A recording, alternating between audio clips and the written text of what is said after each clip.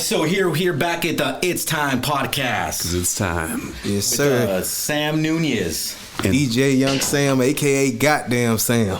And Christopher Lopez, owner, founder of Stay Roman. For sure, man. So, how y'all feeling today? It's been a rough week. A rough week. I feel the same way about me. I feel like it's been a kind of rough week, but I've been still pushing through. Yeah, same here. Same here. Yeah, me too. You just been going. I'm just been going and going and going. And moved into a new office. Yes, we did. You know, we moved in this new facility, and I tell you what, it's been a lot of work into it. Right. But this whole week I was thinking it's been the craziest probably week of my life and the hardest week of my life. And all that came to an end today when something great happened. And it reminds me that when we're going through the worst and horriblest, like worst times of our life, something good is behind it or on the back end of it. Right.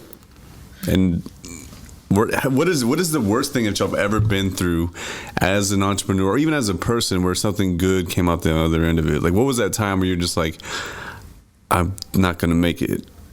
I'm going to die. I can't really remember like that. Well, I don't feel like I had a moment like that, but I know I've had the moments where everything's just been going crazy the whole day. And let's just say you might could lose somebody and, right in the midst of losing somebody, you might get a call for a big deal or something like that. And it's like, how am I supposed to feel right now? Like, I was already grieving and feeling down, but this good news happened. But it's like, how can I pull myself out of that to feel happy for this situation? So right. I feel like a lot of people deal with that. Like, let's just say like the baby. For instance, when he went #1 with that song and his daddy died, right around that same time. So it's like, how do I feel good about being the #1 rapper right now? But my father just passed, so stuff like that, man. You know, those things are very emotions and feelings. You know, especially when like, you know, as an entrepreneur or as a in the music industry. You know, when something like that heavy, you know, your loved one or something passes away. You know, you have to carry this responsibility to like, hey, you know what? You know, people are counting on me, so you can't let people down. So it's like you take this responsibility to say, hey, you know what? I got to hold this and I got to keep going. You know, and that's where that feeling, that aura inside you are like, bro, I gotta get this thing going. And you know, going back, you know, what you said about the baby or something, that his father and everything. So, you know, I encountered, you know, things in my life, some tribulations where it's like, man, dude, like I'm going through a lot right now. Right now, everything's falling apart on me. You know, the people that are close to me are no longer here no more. I feel all alone and everything. And as an entrepreneur, you see yourself in a position where you're like, man, like how do I overcome this? What is there a book that I can read? Is there like an audio I can listen to? Can someone just give me some answers how to overcome this? And when the loved ones that are there, it's like, bro, like, I need help. Who can help me? And, you know, I'm not to change the subject, but going back again with the baby, is that your loved ones sometimes are not there. And those are the hardest things that I've gone through in my life, you know. Not being able to share it with them. You want to share it with them, and it's like, I get all this, but I lose this. Yes. I've always felt like the biggest times, the biggest, you know, revelations in my life and the biggest outcomes and joy have come from such big hardships that it's like you almost have to suffer before you're rewarded the grace. Before you discover the grace, not because it's always there, but you got to be like recognizing it as it's already there. You're going through tough times. You can't even see what's in front of you, but if you hold on and keep your belief, keep pushing, and you keep going through it, and then something miraculous happens, and you're like, I just went through the worst thing I've ever gone through in my life. But this is the best thing that's ever happened to me on the back end of it. And for whatever reason, it happens every single time like that. Ever since I was like from a kid to like today. It's always like that. But even when you're in it, you forget about all the other times because you're just like, oh, I've been through rough times, but nothing is as bad as this. Yeah. And you can't escape it. It's like, I always like, I don't envy that Elon Musk, what he goes through, right? I mean, he's $364 billion, but I know he's going through the like, damn, how do I get to $1 trillion? Right. Or that moment of like, I want to release, 80 rockets in the air and everything's failing. Like, the trials never leave. They're Right. not going anywhere. But you just got to get braced and get hard in prayer and get your faith up and get your people around you to help you and support you to get you to the next level, because you can't do it on your own. So how do you do it going to the next? How what would you recommend to go to the next level? Man, Like I would. you. Like, what would you recommend? People are listening right now. Like, hey, how do I get to that next level? Who do I reach out to those next level? Well, you know Because what? One thing, at first when you said it, it didn't really click to me. But it's like right now, like when before I got to the position I'm at right now, let's go back to 2017 when I had like a real mental breakdown. And it's like, I've never had this type of breakdown, but this is the time where I started losing all my club gigs. I started losing even with Slim, I stopped. They started calling on other DJs to DJ for them, and after a while, I started sitting back with myself. And this right here is like my whole world is crumbling. I'm like, okay, losing all my DJ gigs.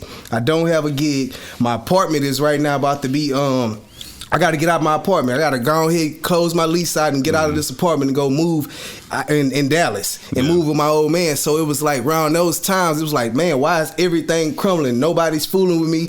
I'm feeling like I'm left alone. But around that time, that was God showing me that, hey, I'm finna get ready to put you on a whole different level, and all these people that you thought you was holding on to. Because I remember one time I was DJing a club, and I love DJing this club so much. Somebody hit me up about going on the Chris Brown tour to go be their DJ, and I was like, nah, I gotta be at this club. I gotta be in Houston. But my mind wants me to be further than this. But due to the things that I'm liking right now, I will keep myself boxed in right here in Houston. Comfort. So it was like now, as I get the thinking about it, I'm like, wow, he was preparing me for where I'm about to be at right now, and I had to get away from certain situations or whatever. So it was like, and then my gigs with Slim start picking back up. So like, this is where you're supposed to be. You're supposed to be in this position, but I'm gonna take everything away from you so you can sit back and focus. And what it does is, when you go through those bad times, it basically puts you in a state where you have to think. And you have to figure out things in a whole different way, because you've been dealing with every year you've been dealing with the same way. Yep. So now let me shift your mind so you can take it to the next level, because you're never going to get to the next level unless I break you down. It's walking around that mountain. It literally says it. You're walking around the mountain. Yeah, exactly. And it's positioning you to sometimes you don't think it's like, man, why is this going through me? Why am I going through all this? Why am I going through this process? You know? Yeah. And it's shifting you to the right position that you need to be at. Yeah. And sometimes we don't understand those things. Sometimes it's best not to even question it. It's like this. Someone told me, like, why are you questioning it, Sam? Don't even question it. Just fucking, excuse me, like, just go with it. Right. Why all this is happening to me? Why this? Why that? Sometimes you just gotta just stop. And you know what you gotta do is just go with the process and don't even question it. And think about what, like, basically today I seen some, it was like, run to the failures, because when you run to the failures, you're able to catch it real quick. A lot of people are trying to shy away from failing. Like, no, jump out there, fail, and then now you know how I can kick back in and do it better and actually win the next time. I tell you what, Sam, you must fail. Yeah, you must fail. I mean, if I tell you how many times I think I'm telling you, right? I went to his place and I was just sitting on the couch and everything. I was like, bro, I have failed more than 1,000 times, dude. and I just failed just recently. I think about a couple of months back, like 4 or 5 months ago, I failed again. I'm like, damn, dude. Like, but that's a process. That's a process of life and business and in the entrepreneur world, you know. Yeah. And it's. But I think the biggest thing too is being true to your identity. Like, when you go through these trials and you come out of them and you start becoming successful again, like you're a new person. You're a new identity. You got to be able to. You're reborn. Yeah. Hey, like TD Jakes say, you can't solve today's problem with yesterday's ways of doing it. Like, no, you gotta. It's a whole new method. Yeah, it's like, this is what I believe. What happened yesterday is yesterday. Yeah. You just gotta learn a lesson. What you have to. This is what I believe. What happened yesterday, that's it. It's gone. Yeah. You have to learn from it. Today's another day. Yeah. What are you gonna do better to better yourself? What are you gonna do better? And what did you learn yesterday? Right. And what are you going to apply? And I always my mentality, I've always talked to myself too, because every time I want to quit, I'm like, you know what? I want to quit tomorrow. And I'm going to quit tomorrow. And I learned this in like a ranger school. So we had this big thing in the Army you go through, it's Ranger School, like 450 people, and then out of all that, only 36 go straight through. It's hell. And every day you want to quit. But I remember the worst day of school, I was like getting rained on. It was like 0 degrees is the worst ever weather. And I was like, you know what? My hands are like frozen. So I was like, you know what? I want to quit right now. And I was going to quit. I was literally going to quit. But I was like, okay, if you quit now, they don't take you back today, and it's still night, and I'm still going to be here sucking. So I'm going to quit tomorrow. And then I waited till the next day. The weather changed. Everything was great. And I was like, man, I'm not going to quit today. Yeah. Everything is good. But then I was like, I'm going to start applying this to everything I do. I'm going to quit tomorrow. Every time I feel like in that same mental position, I just say, hey, you know what? I'm going to quit tomorrow. And it never comes. Yeah, sometimes you do want to give up. There's times where I want to give up. You know, anybody that tells you, "Oh, bro, I'm an entrepreneur and I will never give up." Bullshit, dude. Excuse my language, but like, there's times where we're human. There's times you're like, bro, I always want to just throw in the towel. What do you think about other entrepreneurs? What do I think? Like when you meet another entrepreneur, when you're about to there's the wannabe entrepreneurs and there's the real entrepreneurs. I met the wannabe ones, and I read some real cold. Wow, entrepreneur, like that's an entrepreneur right there. You know, there's entrepreneurs where they're like, well, yeah, you know, I'm gonna be an entrepreneur, but you know, I have, and they come with all the excuses of the world. You know, I can't do this because of this. I can't do this because of this. I'm like, bro, you come with so many excuses. It's crazy. Yeah. Stop buying excuses. You gotta remove that word can't. My best one is like, how do I stay motivated as an entrepreneur? And I'm like, you're not an entrepreneur. As an entrepreneur, you're not an entrepreneur. No. That's because you getting up and just going with the flow. Like you can be feeling down, but you still got to do it. You still got to show up. But I feel like if you really, really, truly out there want to be an entrepreneur, right? You got to define your definition of what you're passionate about. Because I think some people like things a lot. Like I really like this a lot. But when it starts challenging you back and you quit it, you liked it a lot. You weren't passionate about it. Right. Because when it fights you back and you're passionate about it, you just keep going at it. You're like, I like this. It's getting crazy. You're like, this is so much fun. Yeah, so it's pretty hard to meet a good entrepreneur out there that's actually like, no, again, if you want to get into entrepreneurship, it's really important to just kind of like really define what you're passionate about and commit to it, and then don't give up. Yeah. And if you work in a job, don't quit your job until your side hustle really start paying off. I don't even like that word, side hustle. Yeah, but see, that's what it turns. It turns into a side hustle, but you grind so hard at night on it because you can be working a 9 to 5, but then when you get home, you gotta, they gotta work on their dreams after hours. But I think everybody gets into that side hustle thing, and then that's their claim to fame, and they never evolve it. Yeah, like you need to have an exit strategy out of your side hustle. This is what I do. I just jump. There is nothing that if I'm gonna get into something, I'm jumping all in, and nothing's gonna stop me. See, if I worked a 9 to 5, you know what? When I was in the military and I started doing my stuff, well, did you do that? You did that. I did that. That's your side hustle. You told me you had a side hustle. Wait, okay, it's not a side hustle. So I got in trouble. Again, it wasn't my side hustle because I was doing it even when I was at work. I was like, I was still doing it at work, and they'd be like, "Hey, you're supposed to be in a meeting." I'm like, "Shh, I'm making money." But then I started getting in trouble because they're like, hey, like, you can't be working on this while you're at work. And I'm like, but I am. Yeah. And then I was making like crazy money while I was in the military. So it was like, I was no longer passionate about what I was so passionate about before. I thought I was passionate about the military, which, don't get me wrong, I was. I mean, I did 20 years doing it. And I deployed, 8 times in combat. That's because I was passionate about it. But I really fell in love with what I do now, and then it loved me back. Right. You know what I mean? So it's when you develop a relationship with something like that, you can't but help but say like, I'm going to do this forever, in some capacity. It might not be the way you started off, but it's going to evolve into something amazing. And I'm on that journey to what I was put here to do. Like, what's a good word for it? Everybody says your purpose. Your purpose. Yeah. I feel like I'm in my purpose, and it's going to propel me to impact lives and change. It's not about the bank account. It's about the purpose that I have now, and the impact that I had, which drove me in the military passionately to respond to the threats and everything that happened to America. Like, that changed my life, and that was my passion. But now I can change people's lives by having them and leading them into righteousness, into wealth, into understanding, into healing, into all these other things by just doing the company. Yeah, and that's the thing. Like, if whatever you're doing, if it's affecting lives in a great way, then you know you're doing your purpose. But if you're doing something and it's only solely helping you and only you, then it's not the purpose. Because we know the purpose of us here is for us to be able to be a blessing to others. You have, and that's one important thing, is being blessings. Yeah. And sometimes what I've seen in some entrepreneurs, that's why I said, are you a real entrepreneur or are you just a posing entrepreneur? Right. Basically, the ones that pose to me is the ones that just worrying about themselves. The selfishness. They're selfish about themselves. It's only about them and nobody else. Yeah. And real entrepreneurs, a real leader, is going to help his other people, the people that are around him, his people around him, and say, hey, you know what? I'm going to the top. Now, you cannot take everybody to the top because now some people don't want to be in the top. Right. So when you try to force somebody, say, hey, come on, look, I've tried to level up people's lives.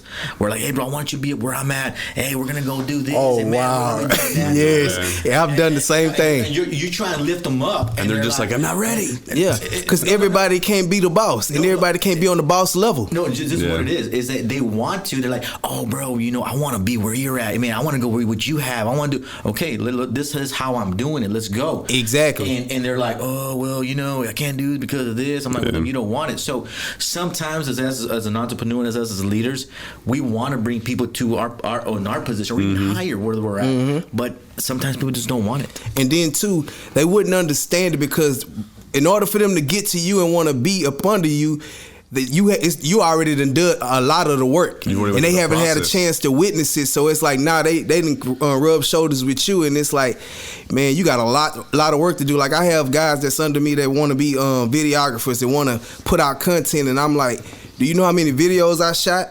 Over 300 videos. Like, I got the most videos shot out of every director in Houston. And I still say that to this day because I never stopped shooting. And I was shooting every week, shooting one video every week. I've shot over 50 videos for Slim Thug. And then on top of that, the stuff that I wasn't getting paid for, I was still showing up to Kurt Cobain's listening party, showing up to Miss Mikey listening party, filming on my own. So I've been building this YouTube for years. Yeah. So now I'm reaping the benefits of getting paid for it. But a lot of people be like, man, I'm good at what I'm doing. You can be so great, but that work, you got to put in so much work, and it's day to day. And I'll put it like this, Sam. People are not willing to do the sacrifice. Yeah. Right. They want it right there. And then you said right here, you said there's times where I didn't get paid. I was still doing filming. Yeah. Yes. You're putting the work into it. That work is that skills. You're sharpening your skills to become better. And sometimes a lot of these entrepreneur people that want to level up, they don't want to go through that process. Knowing my aunt used to tell me, we used to play chess. She's how I played chess as a young kid, and she said a pawn and a king have the same abilities. Like they look like they can do the same thing because they only can make one move. Right. But understand one's stronger than the other. Mm-hmm. So you got to be a pawn. You got to be a follower. You've got to go through this process of understanding what it feels like to be a follower. So when you have a leader, good or bad or whatever, I've been a good follower with bad leadership. Right, me too. And I found like, man, like this is the worst leader. I will never be a leader like that. And when you start thinking like that, you start taking away all the bad, so you don't replicate, you don't keep doing that and keep sending that forward and limiting your success. I met a guy at Home Depot. He was helping me move some stuff into the car, and they came out there and they said, hey, we got some training for you to do if you want to do it, and it's like a level up thing. And he's like, man, I ain't doing that. I'm not gonna. I don't want to work here for the rest of my life. And I was like, man, if you were the best employee here at Home Depot, what do you think your likelihood of you being successful past Home Depot is going to be? And he was like, I never thought of it that way.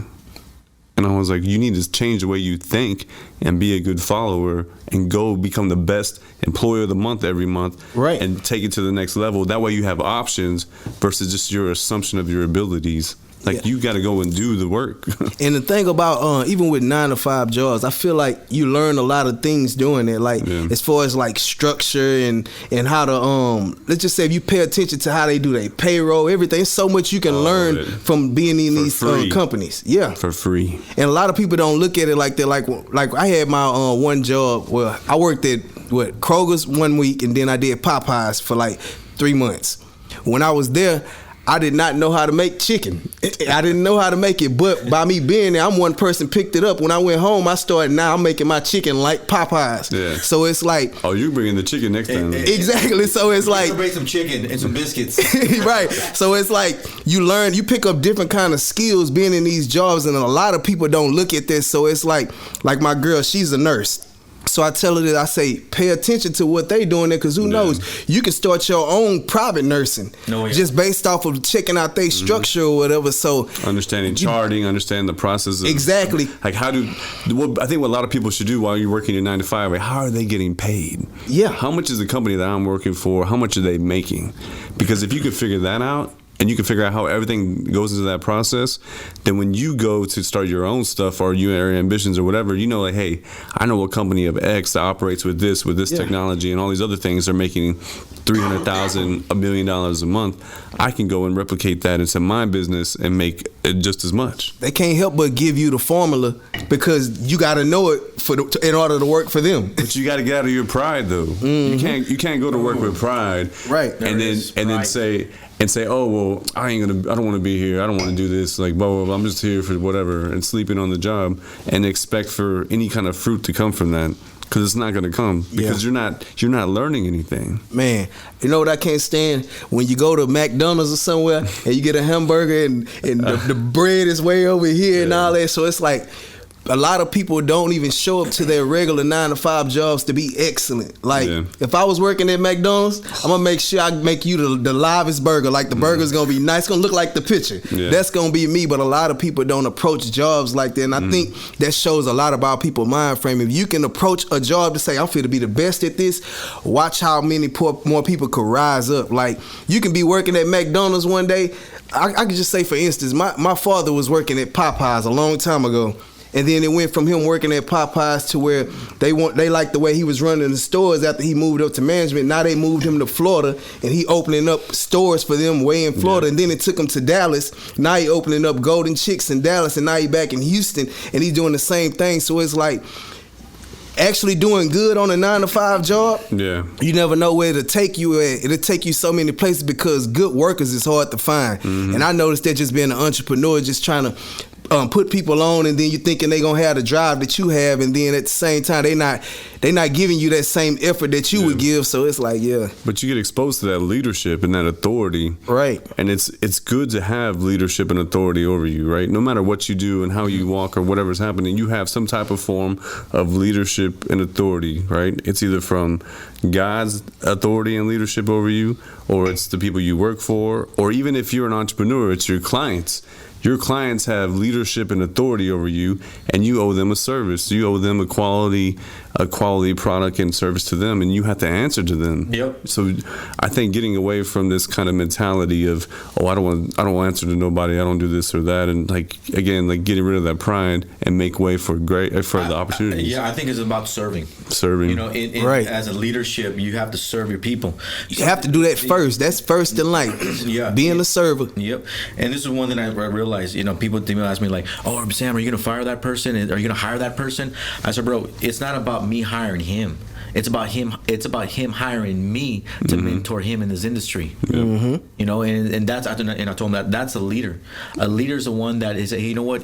That person's gonna follow me. Why? Is because I'm gonna mentor. He hired me to mentor him. And it's like, yeah, but you know, you're the boss and blah, blah, blah. It's not about that being the boss, bro. It's about leading your people and leading your people to success. What are you doing to help that individual to grow mentally, emotionally, physically, everything? What are you doing? What are you putting into that person? Are you bringing that person because you want to make money? You want him to work for you, or are you bringing that person to say, hey, you know what? What do you want in life? Hey, you know, I want this. Okay, well, where do you see yourself within 6 months, 3 months, a year from now? Where do you see yourself? My job is to make sure I mentor you to succeed. Now, if you want in 3 months you want to have this, we're going to make sure you work on this. But the only way that I can help you is by me coaching you. Don't look at me as your boss. Don't look at me as the director or whatever. I look at me as your coach. I'm going to coach you. I'm going to teach you, and I'm going to show you exactly how to get there, how I did it. You know, and that's why I tell my guys, I say, look, don't look at yourself as the almighty mighty, almighty, all the king of all kings. No, bro, you must still be firm and strong as a king and everything, but you got to make sure that you serve your people too, and you take care of your people. Yeah. And the number one that I believe in is coaching. You must coach your people, and that's one thing that as us in entrepreneurship, we forget something like that as a real entrepreneur. Yep. Even understanding that everybody don't learn the same, and learning how what makes it easier for them to learn. And that comes with interviewing people, actually getting into their head, because it's really a mental thing. Yep. And a lot of people think they can cookie cutter things, but it's like you got to deal with each person individually for who they are. And that's one thing I learned with, like, even with the people that I'm mentoring now, like, everybody learns different, and it's like if everybody's going through life problems or whatever, so emotions and feelings, what it is. Right. Yep. And that's the thing about with bosses. A lot of times bosses don't give a care about feelings. Like, a lot of times they'll just dismiss people's feelings, but it's like you gotta tap into people and actually know how they feeling, and how they, like, you can't dismiss how they feel at the moment, because you can't tell nobody how to feel. Yeah. So yeah. I've always, the traditional way of receiving, like, resumes and stuff, right? Like, I've always looked at a resume as like, congratulations, you've never failed in your life. I want to know, like, what are the failures that led into all the success? Right. Like, I want to know where are you weak right now, so we can put another tick on this resume. How can I fit into your life in that way? And I think a lot of people just look for all these people that are all great, done in the world the best things, and they come over to you and fail because they're not ready to move into a position. But if you realize how much they failed and what they've gone through, you can bring them on board properly. And then secondly, like, when they fail with you, you're able to respond to that in a way that helps and promotes them. Because I've always loved when people done something so wrong that I wanted to fire them. I'm like, man, I want to fire you. And they're like, are you going to fire me? I was like, I want to, but the thing is an opportunity to make you better. Yeah. And they're just like, kind of like, is he going to fire me? Is he not going to fire me? I'm just going to work better. I'm going to work harder, because he's like, it's not the normal response that somebody gives, right? Yeah. And then I learned this in the military. The guys would come in like, man, I don't know if I'm going to be able to, I really messed up. Yeah. And I'd be like, let's talk about it. And let's minimize the impact on you. But now I want you to not do this again. How many talks do you feel like you need to have before it's time to fire somebody?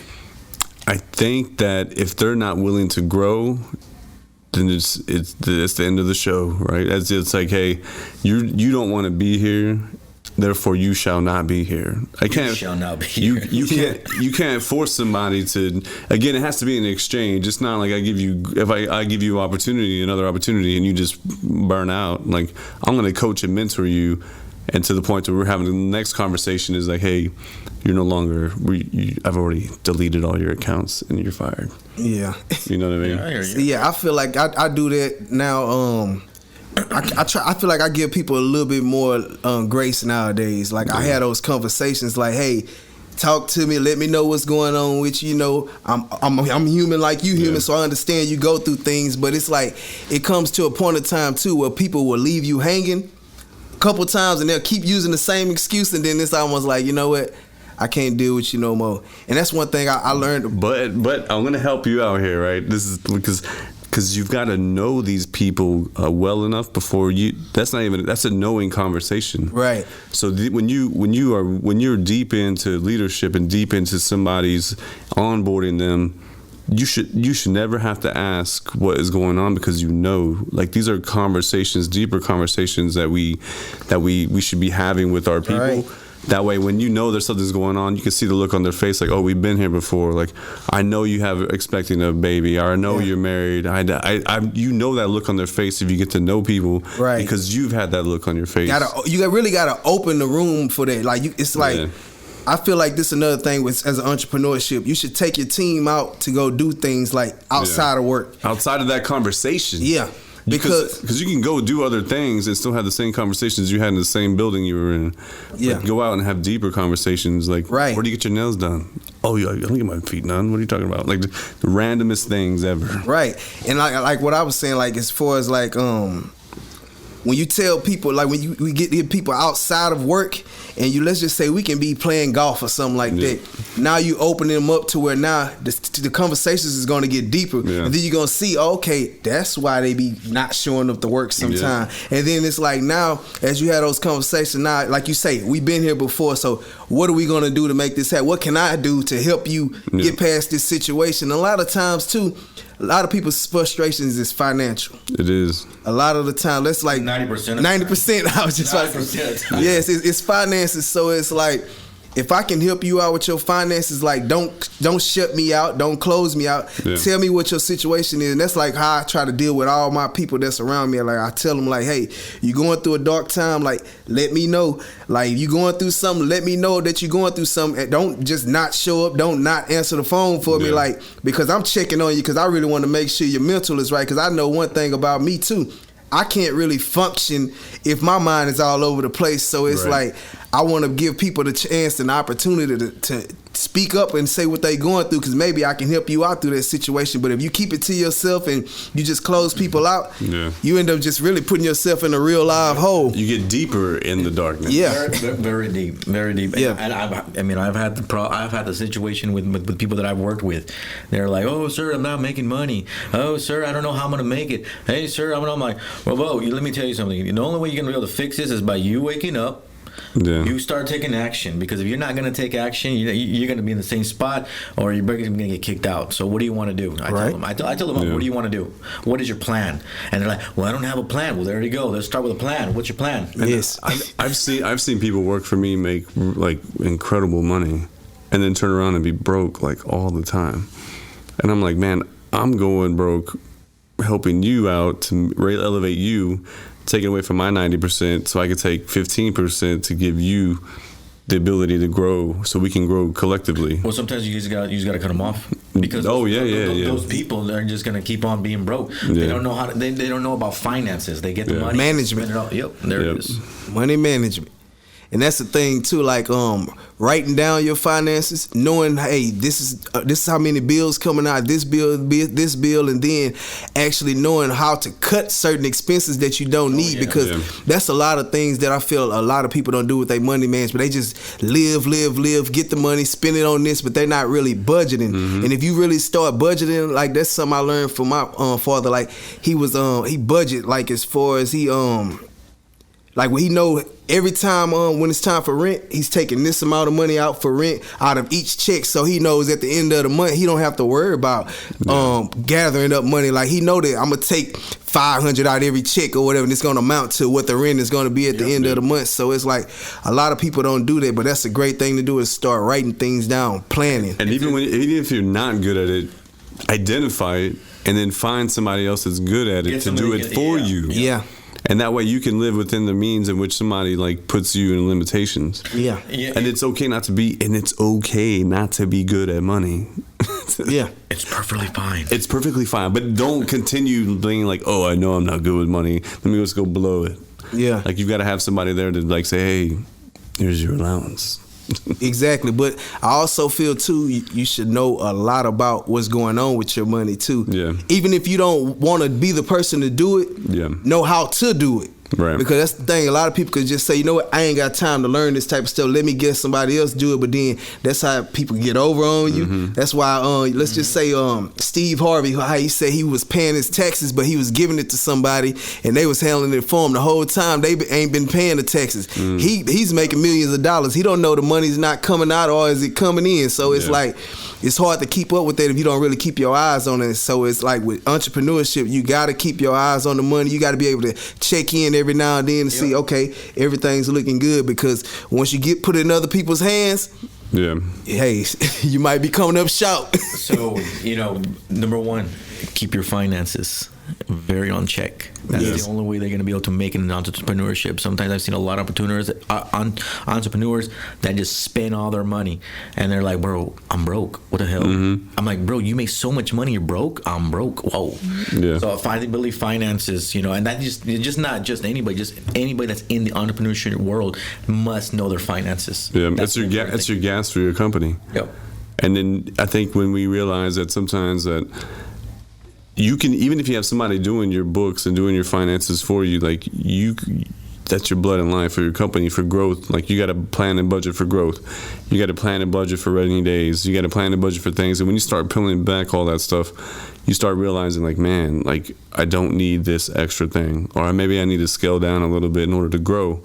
Because you can get real uncomfortable with your finances by planning it and putting it in positions of growth, and that takes away the now. It's really important as us as entrepreneurs is the finance. We must know your numbers. If you don't know your numbers, you're going to fail, right? And you're going to spend your money. That's like Chris said. That's your gas. That's your gas right there. So it's really important that you know exactly what you're doing with your numbers. And anybody that's listening to this, and I want to read advice, as you as an entrepreneur, or you as a 9 to 5 or whatever you're doing, make sure you take care of your finances. That's the number one thing you must do. Yep. Sir. So the final note, it's time to take care of your finances. Yeah, keep your eyes on the prize and the finances. Yes, it is, and don't lose focus, guys. All Most right? definitely. So, hey, stay tuned to us next time. It's Time Podcast. We out. Wow.